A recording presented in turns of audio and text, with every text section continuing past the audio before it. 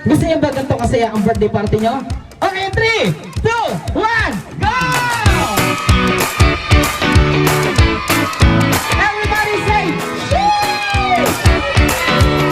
Yo, what's up everybody? It's Megan. Ako nga pa pala si Kuya Ali. I'm a clown entertainer, and for today's video, may i-share lang po ako sa inyo para sa awareness po ng mga client natin na gusto mag-avail ng clown. Hindi na ako magpapaligoy-ligoy pa. Meron po kasi kaming client na nag-inquire sa amin para mag-avail ng clown. At ayun, binigay ko po yung TF ko hanggang sa hindi na po siya nag-reply. At kinabukasan, start na po ng birthday celebration ng kanyang anak. Natapos po yung clown show, nag-chat siya sa akin. Sabi niya po sa akin ay, "Sir, dapat pala kayo na lang po yung kinuha ko kasi yung clown po na nakuha namin is minadali daw po yung show. Saglit lang daw po yung ginawa nila na program. Tapos hindi daw po masaya yung ginawang program." Ito lang po yung dalawang tendency niyan. Bakit ganun po yung nangyari sa birthday celebration ng anak nyo? Una, siguro po is ganun po yung performance na ginagawa niya sa clown show event. Pangalawa, baka meron po siyang second event. May tinatawag po kasi kaming lagare. Okay? Meron po kaming morning event and syempre sa ating afternoon event sa hapon. Ganun po yung sa amin. Kung merong dalawang show, ang tawag po doon is lagare. Okay? Nakakalungkot lang po na ganun po yung nangyari sa birthday celebration ng kanyang anak. Kaya para po sa mga mommies and daddies natin dyan na gusto mag-avail ng clown, siya sa atin po muna natin. At i-check po natin yung page na gusto nyo pong i-avail yung clown. Actually, lahat po ng mga clown na nai-encounter ko ay magagaling din naman talaga. Nagkatalo lang po talaga sa performance. Ang binabayaran po talaga sa amin is performance. Okay? And then syempre, para po sa mga client dyan na gustong kumuha ng murang clown, wala naman po masamang kumuha ng murang clown. Basta alam nyo po sa sarili nyo na mapapaganda nyo po yung event na mangyayari. Kaya nag-avail po kayo ng clown. And syempre, lahat po ng mga mommies and daddies natin dyan, gusto nyo naman po ng masayang occasion sa birthday celebration ng anak nyo. Basta yung clown na kukunin nyo, alam nyong mapapaganda yung event, program, mararaos ng maayos, at higit sa lahat, mag-enjoy ang lahat, uuwi ng masayang lahat, at satisfied po yung client. Satisfied po kayo.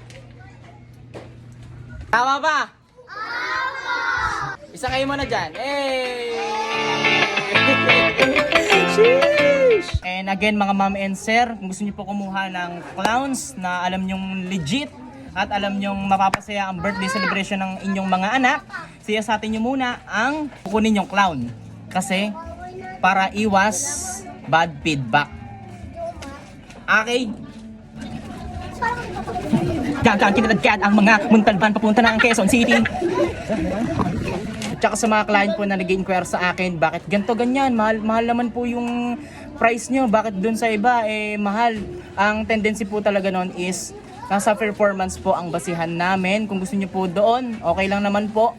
And sa amin po, sinisigurado po namin na hindi po kami magaling, pero sinisigurado din po namin na hindi kayo uwing masaya.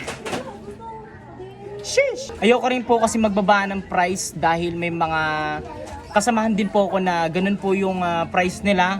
Bale, nakikipagsabayan din po ako sa price nila na lumaban ng patas at iwas tampuhan. Okay? Kaya kung sino yung bet nyong clown, nasa sa inyo na yan.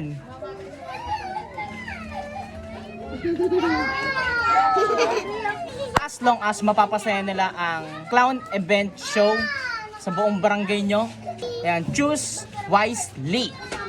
Okay? Sabi nga nila, di ba? Ika nga nila, lamang ang may alam. Okay? Siyempre, kung mag-a-avail kayo ng clown, pag alam nyong pricey, meron kaming kasabihan na pricey but quality. Okay? Kaya sa mga gusto kumuha ng clown dyan, alam nyo na ang gagawin nyo. Iwas po tayo sa mga clown na ganon. Tignan nyo muna yung mga feedback bago nyo kunin yung ibang clown na ganon. Okay? Actually, lahat po kami ng mga clown dito sa Montalban, San Mateo, Rizal, kami po ay nagtatrabaho ng maayos. Hindi ko masabing lahat kami. Pag ang clown kinuha nyo, taga Montalban, Rizal, or San Mateo, Rizal, sinisigurado po namin na masaya ang kakalabasan ng event nyo.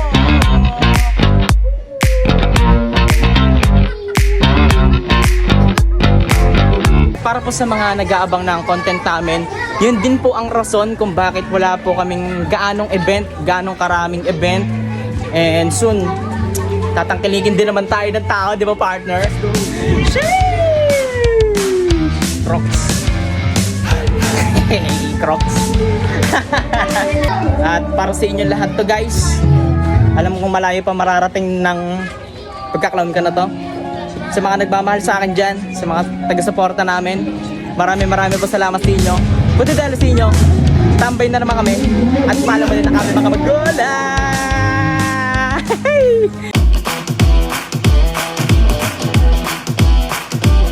One in the Philippines! Go! Maraming po salamat sa inyo. It's for fun in the Philippines talaga. Kita-kita nyo naman. Napakasaya. Let's go! Grabe naman o kanina. Napaka-ayos natin eh. Napakagalo na rin sa show natin, partner. Grabe! Napakasaya talaga dito sa May Montal Bounce, Rizal, Quezon City. Sheesh! Ako nga po pala, sige Ali, ang host ng entertainer. Maraming salamat sa panonood. Hoy kids, isang A muna dyan. Eh! Isa pa, 1, 2, 3, go! Siyempre, kinikilig ka kanina. Diaryo. Sino?